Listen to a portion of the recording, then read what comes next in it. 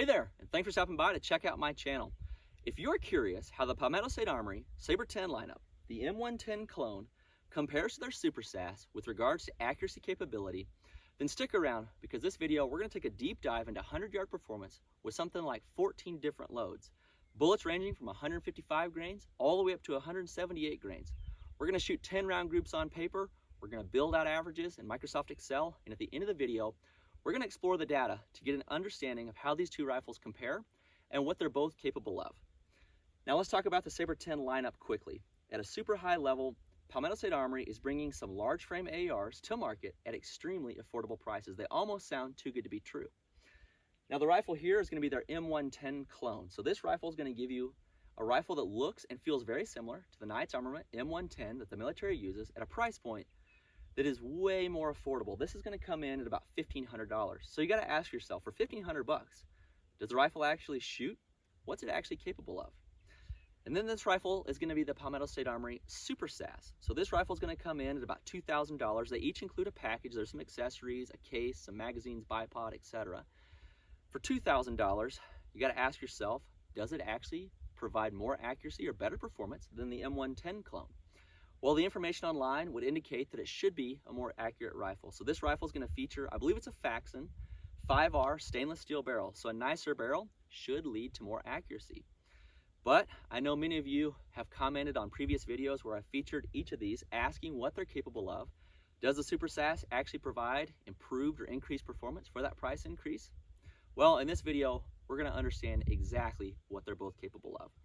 So I think about where I've shot each of these rifles previously and in the messages that I've received from many of you. The main questions that I get: what is each rifle capable of with regards to accuracy? How tight can they shoot? Which bullet or which factory load is going to make them excel? Which one is going to shoot best? And then finally, does the Super Sass provide more accuracy or tighter groups for the increased price that you're going to pay for the rifle? If you're curious about those questions, then stick around because I promise by the end of this one, we're going to have a very deep understanding of what they're both capable of, what makes them shine, and how the Super Sass actually compares. Now let me know in the comments down below what you think. What's your experience been with the two rifles? Have you shot them both side by side? Or what's your expectation? How do you think the Super Sass should perform with regards to accuracy or group size versus the M110 Clone for that increased price? Now, before we go further, I've got to ask for your help. I'm on a mission to get to 100,000 subscribers. I know many of you are watching my videos and you're not subscribed, and I appreciate you taking the time to watch the videos. But I need to ask for your help. Go ahead and hit that subscribe button. Help me get to 100,000 subscribers. Now with that, let's take just a quick minute and look at the gear we're going to run in this video. So first up, we'll start with this M110 Clone. So this M110 Clone really needs no introduction. There is a ton of content on YouTube around this rifle. The look is what most of you are after with this rifle. So again, this thing looks almost identical to the military M110. The handguard looks very similar. The gas block has the Picatinny cuts, very similar. And if you run something like the Griffin Armament PSA 7 suppressor, kind of reflexes back over the barrel, it's going to give you a very M110 style rifle at a price point and availability that we can actually afford and get. Knight's Armament is cool, but extremely expensive and hard to find. So this rifle is going to be a factory Palmetto State Armory M110 Sabre 10. This is about a $1,500 rifle. Now up top, we're going to run the same optic on both rifles to keep things as apples to apples as possible. So the optic I'm going to run on both rifles will be the Element Nexus 4 to 25 optic. So I need to give a shout out to Utah Airguns because they have provided both of the optics that we're going to be running here. So I really love these Element optics for several reasons. One, the reticle, super clean, provides a tight aiming dot for shooting groups at the 100-yard line. Here, the footprint of this is very nice for a gas gun. So maybe I want to run clip-on up front. I can take the sunshade off and I have room for, say, a PVS 30.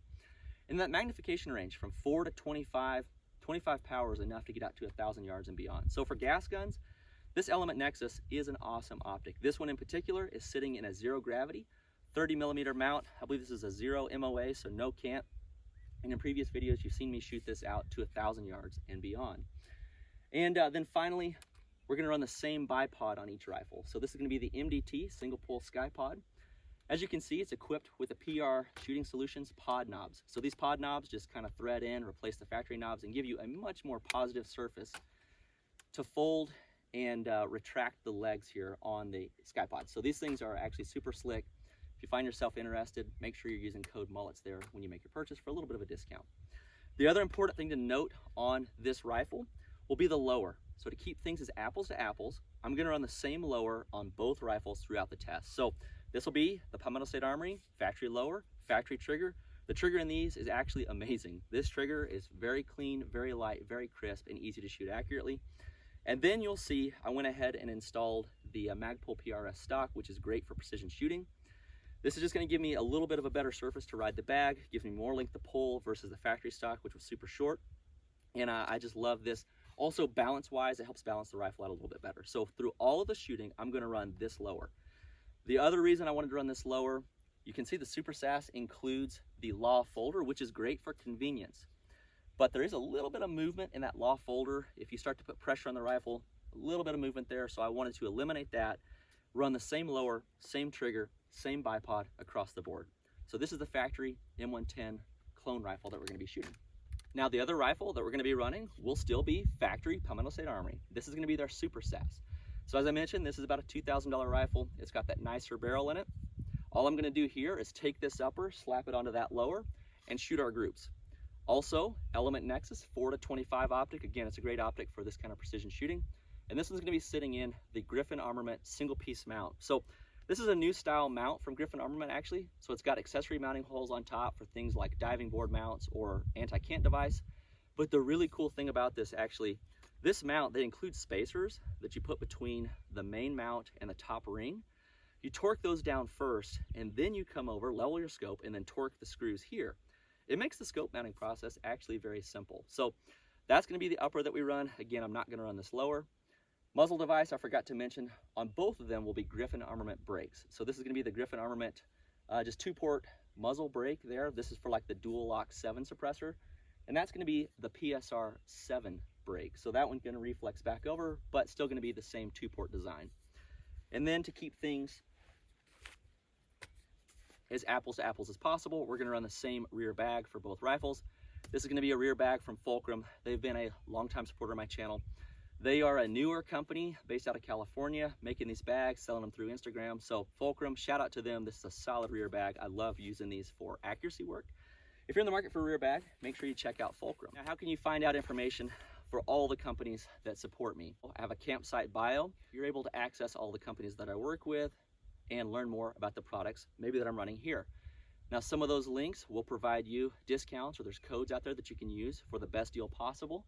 Some of those links will actually provide me a bit of a kickback on a purchase that I can use to help grow the channel. So if you find yourself in the market for one of these rifles, you want to learn more, make sure you navigate over to the various different websites using the links in the campsite bio. And again, that'll get you discounts and or provide me a bit of a kickback. Now with that, let's talk about the testing process and the ammo. Now, how are we going to compare performance from each rifle? My plan is to do things as consistently as possible to be apples to apples. All the shooting will be done at the 100-yard line, prone from the same firing position to the same target position, over 2 days, same time of day. I'm going to use the same bipod, that MDT single pull, as well as the same rear bag from Fulcrum on the same lower. I'm going to fire 10-round groups. I'm a big fan of 10-round groups. Yes, that can induce shooter fatigue, but I believe 10-round groups will induce a bit of heat into the rifle. By the end of a 10-round group, we should have a good look at what a rifle is capable of with each load. It's going to give us enough data through the chronograph to understand average speed, SD, extreme spread, etc. Then, at the end of the video, I'm going to plug all of that into Microsoft Excel. I'm going to build out some data charts to share with you. We're going to get a look at average group size from each rifle. We're going to get a chart of all the velocity information from each rifle. And then I'm going to compare what both rifle is capable of from an average accuracy across all rounds fired. I'm going to take the top 5 groups, average those out to give you a look at what I think each rifle actually would be capable of. And then we're going to answer those 3 questions that I posed around what makes each rifle shine, and is the Super Sass actually a more accurate rifle. Now, 10 round groups with 14 different ammo types. That's a lot of ammo. I couldn't do this video without the help of an ammo sponsor. I'm excited to mention American Operator Group. Now, I met these guys at a match in East Idaho last fall. They're awesome dudes, a ton of fun to hang out with. We've been in touch since then, and the opportunity came up where I needed some help with the ammo in this video. It's not cheap to fire roughly 300 rounds of premium 308 match ammunition. So this video wouldn't be possible without the help of American Operator gear. Now, what is American Operator gear? Well, let me take off my belt.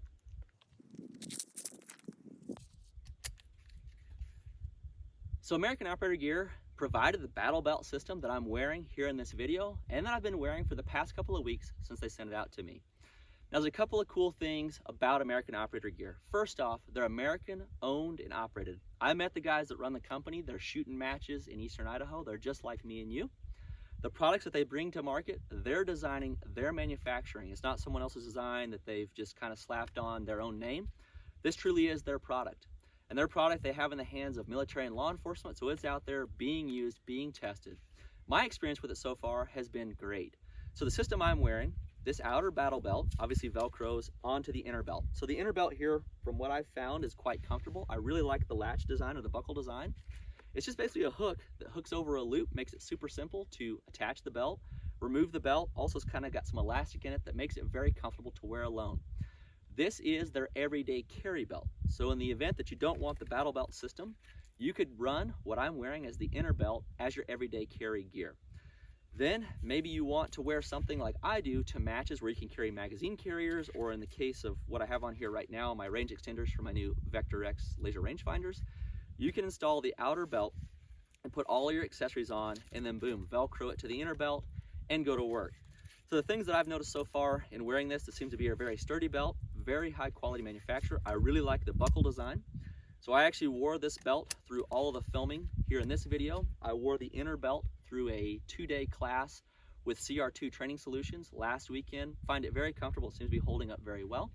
Also, it's very simple to work with American Operator gear to size my belt properly. All you do is pull your pants up where you want to wear them, measure out your waist with a string, send them that number, and then boom, they send out a belt system tailored to you. So again, everyday carry belt would be my inner belt, and then they have the battle belt system here, which is the outer, where you can attach all the different gear to it, slap it on, and go to work. Shout out to American Operator gear. This video wouldn't have been possible without them. If you find yourself interested in picking up some of your own American Operator gear, make sure you're using my code MULLETS to get yourself the best deal possible, and let American Operator gear know that their investment in my channel is working. It's creating the exposure that we all want, and it's putting their products in the hands of shooters just like you and me. Now with that, let's review the ammo that we're going to shoot here in this video. As I mentioned, I have 14 different loads. So let's start with 155 grain ammo. So first up, we're going to run the American Gunner from Hornady. This is going to be a 155 grain bullet. Comes in a 50 round box, seems to be priced pretty reasonably. Then we've got PPU, 155 grain. This is an open tip match ammo. I found it on sgammo.com. This was one of the only kind of 155 grain precision loads that I could find in the factory loading. So here we are, 168 grain ammo, and I have 5 different versions of 168. The first will be IMI, Razor Core, 168 grain hollow point boat tail ammunition. Next up will be PPU, 168 grain hollow point boat tail. We have Federal, 168 grain center strike ammunition. We have Federal Gold Medal Match, 168 grain with the Sierra Match King bullet in it. Shout out to Sierra, a longtime supporter of my channel. This is going to be one of the premium loadings that we all know and love for accuracy. Our last 168 grain load will be the Hornady 168 grain boat tail hollow point bullet. This is not the ELDM with the plastic tip. This is a boat tail hollow point just like all the others. I'm going to be running a hand load here. This is going to be my 169 SMK load. I find this shoots well pretty much in all of my 308s. This load comes off of my Dillon 550 press. So Dillon, man, they've been a supporter of the channel and they have helped me out big time. When it comes to hand loading for gas guns, running off that Dillon 550 makes things so much faster. What we're going to see here is going to be solid performance, or at least I'm expecting solid performance with regards to accuracy. That 169 SMK seems to be a great bullet. And then I'm expecting really good extreme spread and SDs off of this. I'm running stay ball match powder through the Dillon 550. Seems to be very consistent loading. If you're interested in Dillon products, make sure you're using my link in the campsite to pick up those products for yourself. For 175 grain ammo, the first load that we'll shoot here will be the AAC 175 SMK load. This is going to be kind of Palmetto State Armory's maybe in-house ammunition here. I expect it to perform decently well out of these rifles, but we'll see. I have the Winchester service grade M110 LR load. So this, from the way it looks when I shot it, it's got some pretty dirty brass. It's in Lake City long range brass. I believe this likely is very much military M118 LR. We have the IMI Razor Core 175 hollow point boat tail load. Again, this seems to be very much military load. We're gonna run the Federal 175 Center Strike Federal Gold Medal Match ammunition. We have the Federal 175 grain SMK Federal Gold Medal Match ammunition. Again, this is one of those that we all know and love as an accurate loading for 308. And the last bullet that we're gonna run will be the Hornady 178 boat tail hollow point. Again, not the ELDM with the plastic tip. This is going to be a boat tail hollow point, just like all the others. So that's the ammo I'm gonna run through. Now what we're gonna do, instead of showing you 300 rounds or 280 rounds fired on camera, we're gonna cut over to the end where we review all the performance. Now, I'm gonna talk through performance of each of the loads, and at the very end, I'm gonna wrap up with a summary. So feel free to fast forward. First up, let's review the performance of the M110 Clone rifle. Now, this is the cardboard that I shot with that rifle. Starting up top would be the 155s, middle would be 168s, bottom would be the 175 and the 178. Now, I know there's a lot going on here on the paper, so let's chat through it.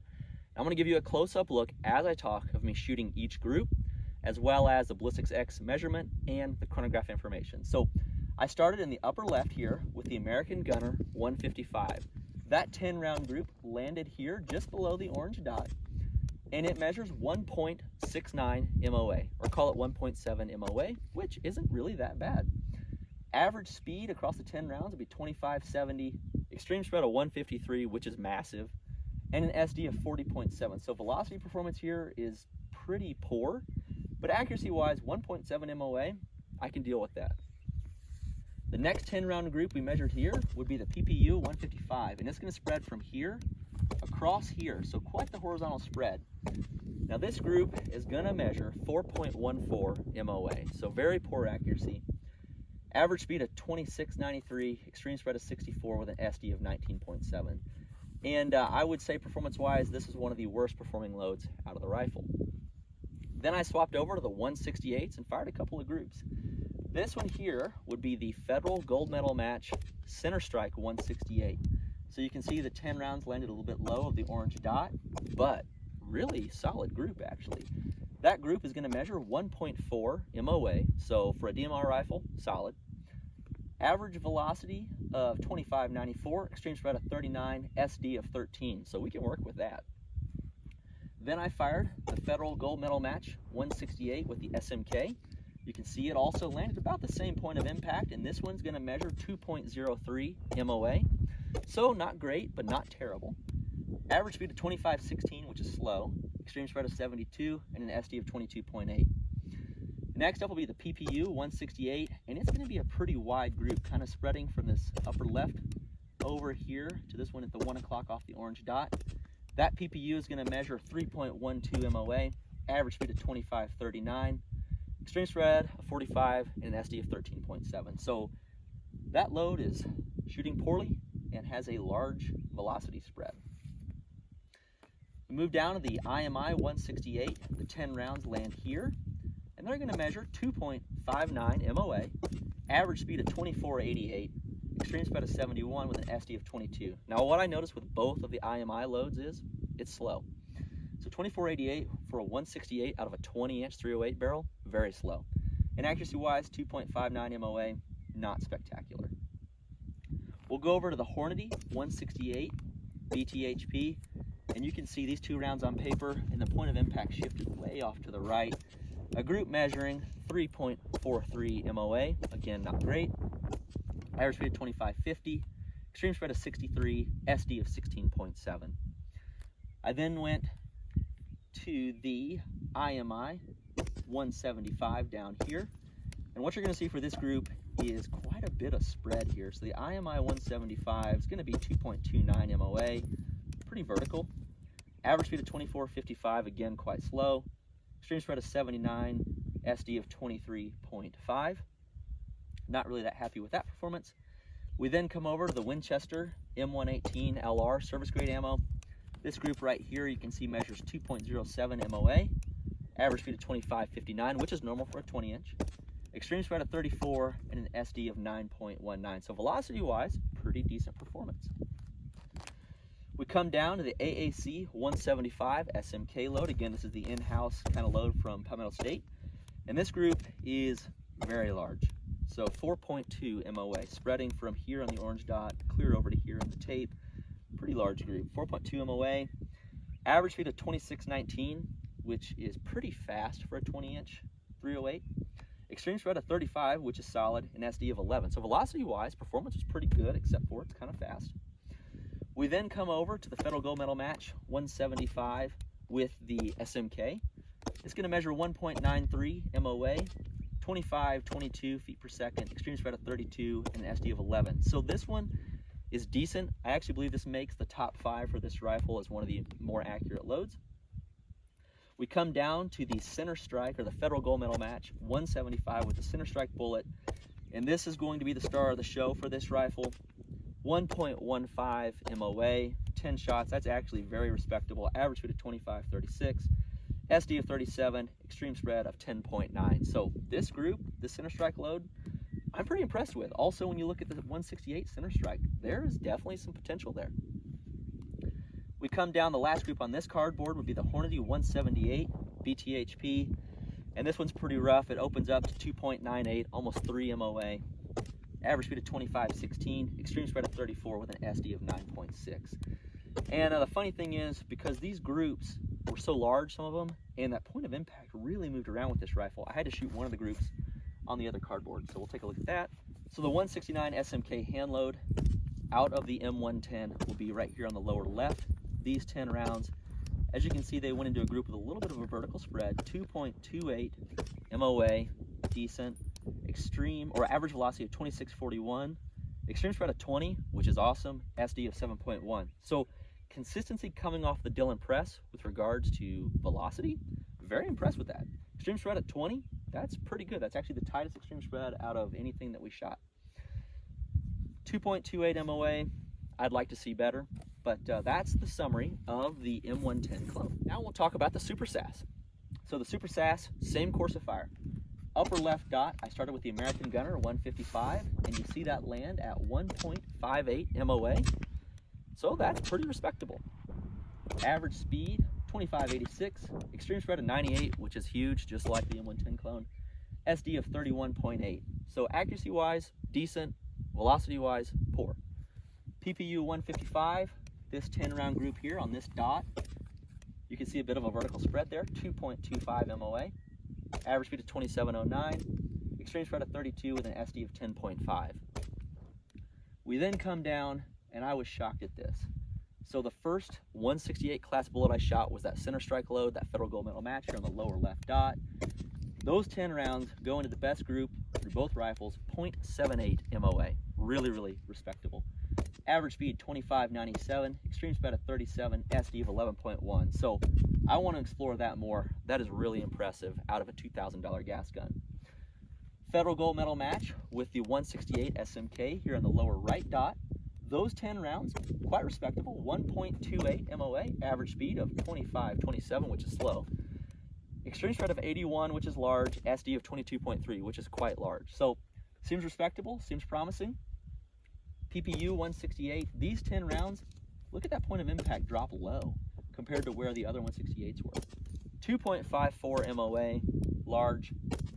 Average velocity 25.59, extreme spread of 81, SD of 22.3. Come down to the IMI 168. Those 10 rounds go back to the same point of impact as the Federal Gold Medal Match did. 10 rounds at 1.21 MOA. Average speed of 2,500 again, which is slow. Extreme spread of 110, which is quite large. SD of 35.7. Respectable and promising. The Hornady 168, that's going to be 10 rounds, roughly the same point of impact. 1.63 MOA, 25.48. Average speed, 60. Extreme spread with an SD of 15.5. Then we're going to transition over to the 175s. First up, we'll talk about the IMI 175, and you can see those perfectly centered up, nice group, 1.22 MOA, so that's pretty respectable. Average speed of 24.35, which is extremely slow. Extreme spread of 120, which is huge. SD of 37.4, so while the accuracy is there, that velocity spread is going to make it hard to push out to distance. Come down here on the lower left dot, and you will see the Winchester M110 service grade ammunition.